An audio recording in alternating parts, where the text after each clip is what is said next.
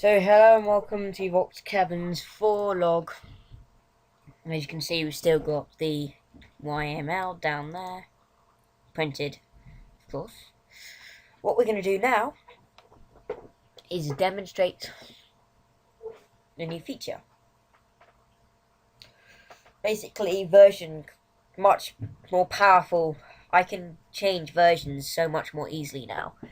Whereas before, for example, VC4 3's got a wrong one. A version file, I would have to go in here and I would have to change something up here. One of these. One of those 4 integers there. One of them would have to be changed. And I can even change development stage if I wanted to. Now that's all been changed. I don't have to do that anymore to update my version. As you can see, I have a build file, if I can find it, right here. And it just says this. And this file generally isn't modified, but it can be modified from the program. There are certain conditions, though. There must be a file in the file system that gives the program permission to change it, is the first one. And number 2 is that I must be in Eclipse. I must be in Eclipse. Now, technically, it will work if you unpack the jar and attempt to run it outside of the jar file as well, because that's all it really does, detect if it's in a jar or not.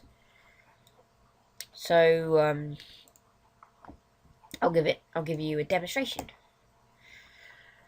Settings are right, so this thing pops up and it tells me if I want to change anything. For example, I really shouldn't do this, but if I press this button there, it would now tell me that it's voxel cabins for alpha 1.0.0-build 3, which is a bit stupid because it wouldn't be build 3 when I had alpha. So I can close that and probably change it back.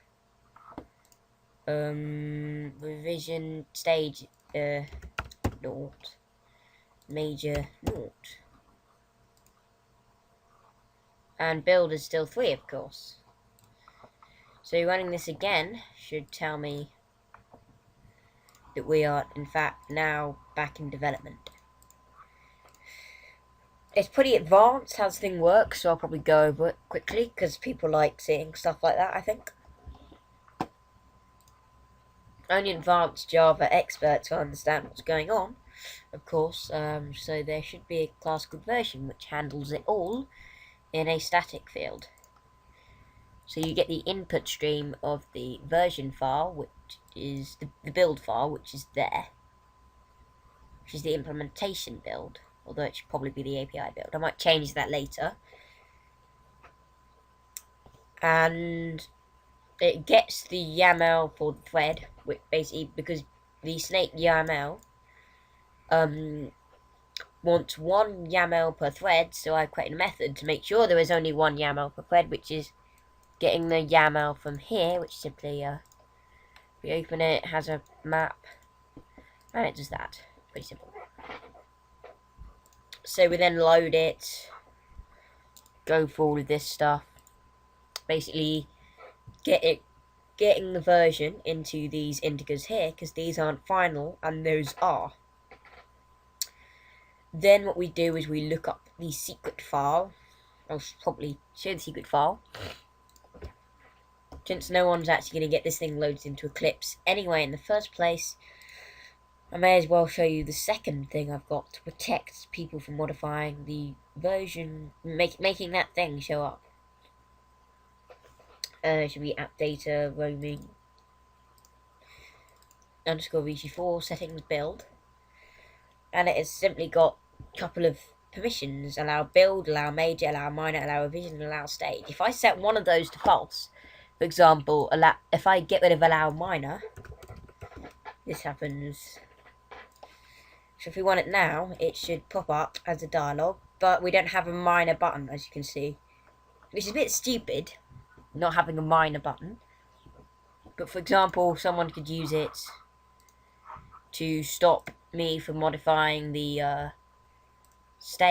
element stage, or the major,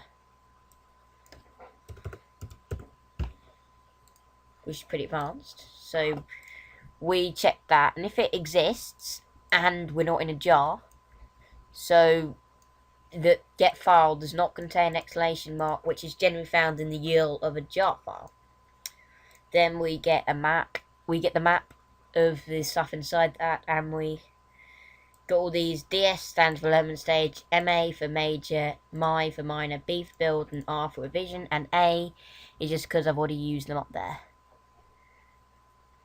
So we load all the booleans, and we then check these booleans and we add them to a list, and then we turn the list into an array. Then we show an option dialog, this option dialog here, which I believe is gone because I just clicked away from it. Well, basically it then goes through what index we got of the array. It does the required changing. For example, change development stage, then you'll increment development stage by 1, change major to 1, and change minor and revision to 0. And like all the other stuff you would do, revision, I'm actually using. Basically, development stage, major, minor, revision, and build are different kind of things.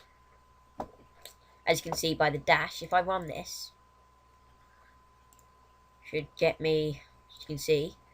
So you got Vox Cabins 4 first, then you got the dash, which tells you different part version thing, development, so it tells you it's development, and then dash 000, which is major, minor, revision, and then dash 3, which is the build. So if we do want to change one of those, we make a if we have changed one of those, make a map. We put everything that's changed, well, we put all the values on the map. Then we get the resource and we make a file writer, because of course we're not in the jar, so we can use a file writer. And we dump the files to the file writer. That happens every video, I swear. Then, once we've dumped it to the file writer, of course we're in Eclipse, and if it's not modifying, if it's only modifying the version in bin, then when I update the one in SRC, it will overwrite the one in bin. So I've got to update both, so I replace bin with SRC, and then I write it again, which modifies that one there. And then I close. Then we get all these exceptions. Then we set the static variables. Then we calculate the version string, which is that thing there. And then we print it. And it's pretty advanced. And it's awesome. And also, Voxel Cabins 4 is primarily going to use YAML as settings instead of properties files. Because properties files are just odd. And I like your YML. I had it implemented for Voxel Cabins 3, but never got round to using it. But now I've got many settings files. Well, I've got 2 so far. The languages, of course, use YML. And also, because I haven't really gone over this, there is support going in for other things at the moment. We have blocks, block and material. Material is kind of, I did get it implemented in Voxel Cabins 3 in the alpha version.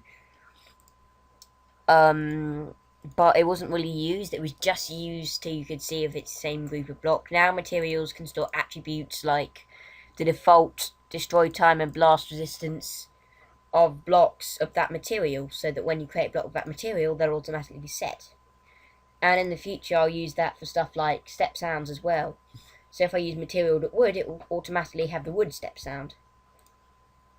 Of course, you've got block render, which supposedly renders blocks, but I haven't got round to writing any of the proper code for that. And blocks now store their own renderers, so we got rid of these stupid int block render type. Blocks can have unlimited amount of those now. And that's enough for blocks. Renderers, of course, are available. We got float list from Voxel Cabins 3. It's about it. Yeah, we can now get the path, which is VC4 underscore VC4. And that's it, I think. Quite a few changes. And of course, there'll be more settings files coming soon. For example, versions of launcher and stuff. And the launcher is going to be awesomely new. When I get round to it, it's going to be built into the client directly. So it will, the way it will work is it will simply download the patch into a different directory. Then it will also download a updater into a different directory. And then then it will launch the updater and close itself. The updater will then move the downloaded update over to Voxel Caverns 4. Then when the updater finishes, it will launch Voxel Caverns 4 again and close itself.